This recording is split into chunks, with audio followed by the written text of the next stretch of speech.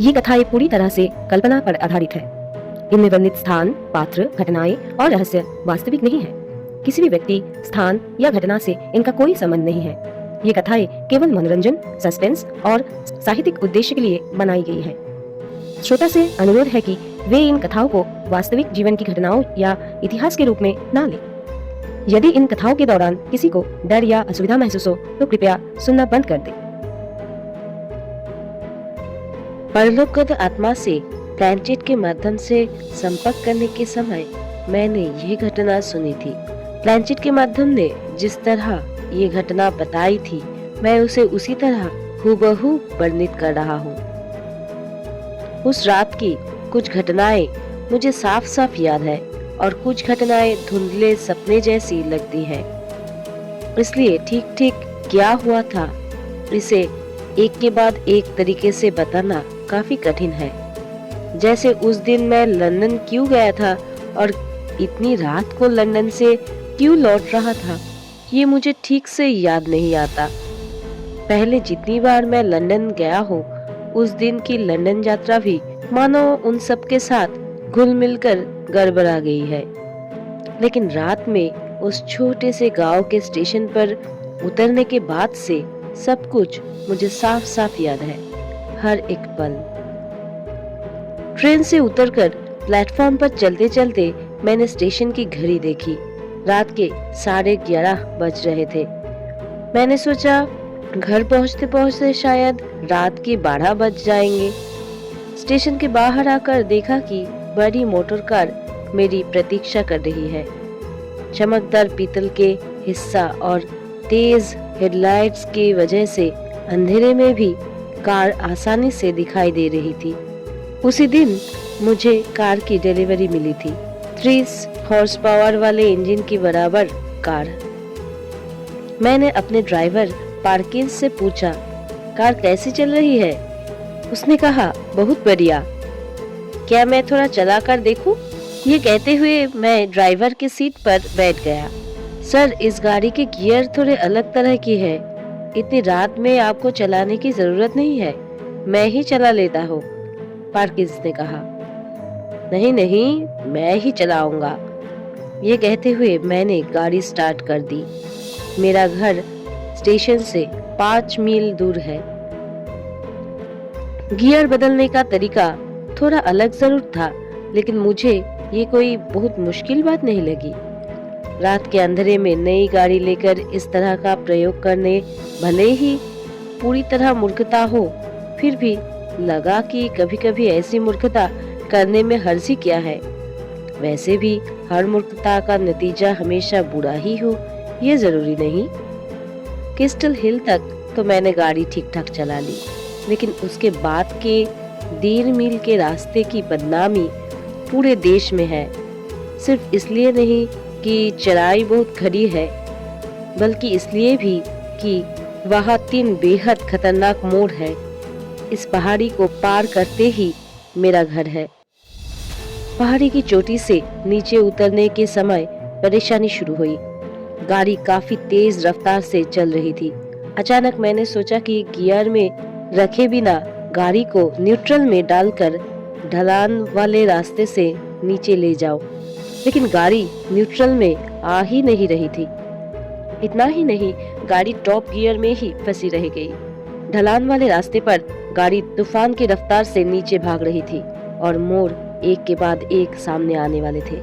इसलिए गाड़ी को काबू में रखने के लिए मैंने ब्रेक जोर से दबाई, लेकिन ब्रेक ने काम नहीं किया। तब भी मैं घबराया नहीं, मगर इसके बाद जब हैंड ब्रेक भी काम नहीं आया तो डर के मारे सचमुच पसीना छूटने लगा। गाड़ी की तेज हेडलाइट्स की रोशनी में सड़क को देखते हुए किसी तरह पहला मोड़ पार कर लिया। इसके बाद लगभग खाई में गिरते गिरते किसी तरह दूसरा मोड़ भी पार हो गया। अब 1 मील की सीधी सड़क थी। उसके बाद तीसरा और आखिरी मोड़। अगर ये मोड़ कट जाए तो इस बार जान बच जाएगी, क्योंकि इसके बाद मेरे घर की सड़क थोड़ी चढ़ाई वाली है, जहाँ गाड़ी की रफ्तार अपने आप कम हो जाएगी। इस खतरनाक हालात में भी पार्किंस सतर्क और फुर्तीला बना रहा। उसका दिमाग बिल्कुल ठंडा था। उसने कहा, सर, इस तरह हम आखिरी मोड़ पार नहीं कर पाएंगे। गाड़ी जरूर खाई में गिर जाएगी। ये कहते ही पार्किंस ने इंजन का स्विच बंद कर दिया, लेकिन इसके बावजूद गाड़ी बेहद तेज रफ्तार से लुढ़कती चली जा रही थी। तब बगल की सीट से हाथ बढ़ाकर स्टीयरिंग व्हील संभालते हुए पार्किंस बोला, सर, हम किसी भी तरह ये आखिरी मोड़ नहीं काट पाएंगे। बेहतर है आप गाड़ी का दरवाजा खोलकर कूद जाए। मैंने कहा, नहीं, देखा जाएगा आखिर में क्या होता है। अगर तुम्हारा मन हो तो तुम कूद सकते हो। नहीं सर, तो मैं भी आपके साथ ही रहूंगा, पार्किंस ने कहा। अगर ये मेरी पुरानी गाड़ी होती तो मैं उसे रिवर्स गियर में डालकर गियर बॉक्स जाम कर देता और शायद एक मौका मिल जाता, लेकिन इस गाड़ी में ऐसा करना संभव नहीं था। पार्किंस ने मेरी जगह ड्राइवर की सीट पर आ जाने की कोशिश भी की, मगर जिस रफ्तार से गाड़ी चल रही थी उसमें ये हो ही नहीं सका। स्टीयरिंग से अजीब सी सरसराहट की आवाज आ रही थी और वो विशाल चमचमाती नई गाड़ी चरमराती हुई बेहद तेज गति से दौड़ रही थी। लाइट्स पूरी तरह जल रही थी। एक पल के लिए मेरे मन में ख्याल आया कि अगर सामने से कोई आदमी या वाहन आ जाए तो हमारी ये गाड़ी उसके लिए मौत का चमकता हुआ फरमान बन जाएगी। तीसरा मोड़ काटते समय गाड़ी का एक पहिया पल भर के लिए खाई के ऊपर लटक गया, लेकिन खाई में गिरे बिना किसी तरह हम बच गए। अब बस एक पार्क का फटक था जिसके अंदर से होकर मेरे घर का रास्ता जाता है, लेकिन वो फटक ठीक हमारे सामने नहीं था। हमारी इस सड़क से बाई और लगभग 20 गज दूर था। अगर स्टीयरिंग व्हील ठीक से घूमता तो निश्चित ही हम उस फटक तक पहुंच सकते थे, लेकिन तीसरा मोड़ काटते समय शायद स्टीयरिंग खराब हो गया था। अब वो ठीक से घूम ही नहीं रहा था।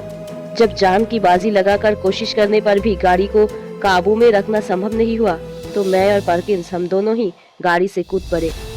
अगले ही पल 50 मील प्रति घंटे की रफ्तार से दौड़ती हुई वो गाड़ी जाकर पार्क के फटक के दाहिने खंबे से टकरा गई। टक्कर की आवाज मुझे साफ सुनाई दी और मैं तब हवा में तैर रहा था। लेकिन उसके बाद क्या हुआ? बाद में जब मुझे अपने अस्तित्व का फिर से बोध हुआ तो मैंने देखा कि मैं सड़क के किनारे एक ओक के पेड़ के नीचे झाड़ियों के बीच पड़ा हूँ। मेरे पास एक आदमी खड़ा था।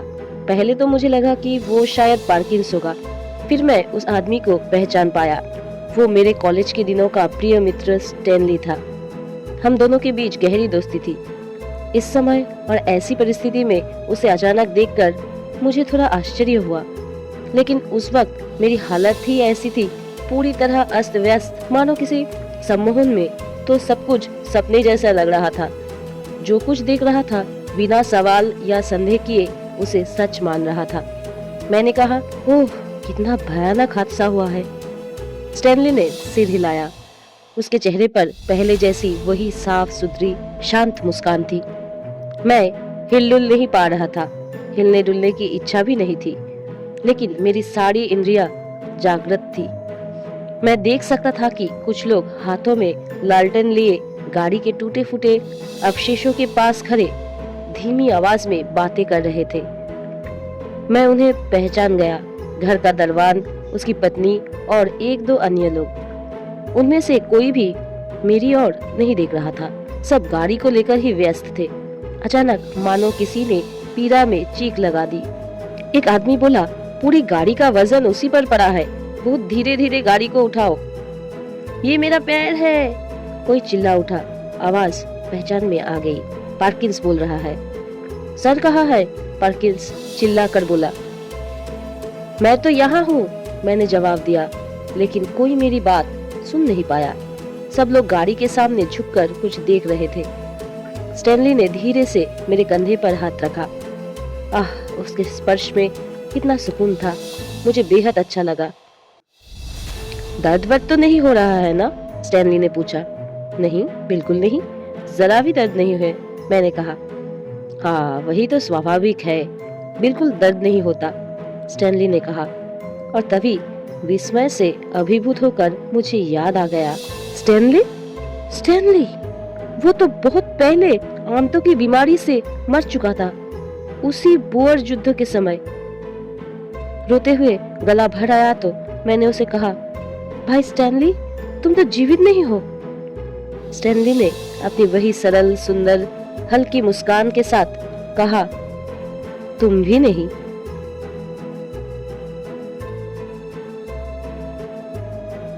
आप सुन रहे थे कहानी वो घटना, राइटर आर्थर कोनन डॉयल।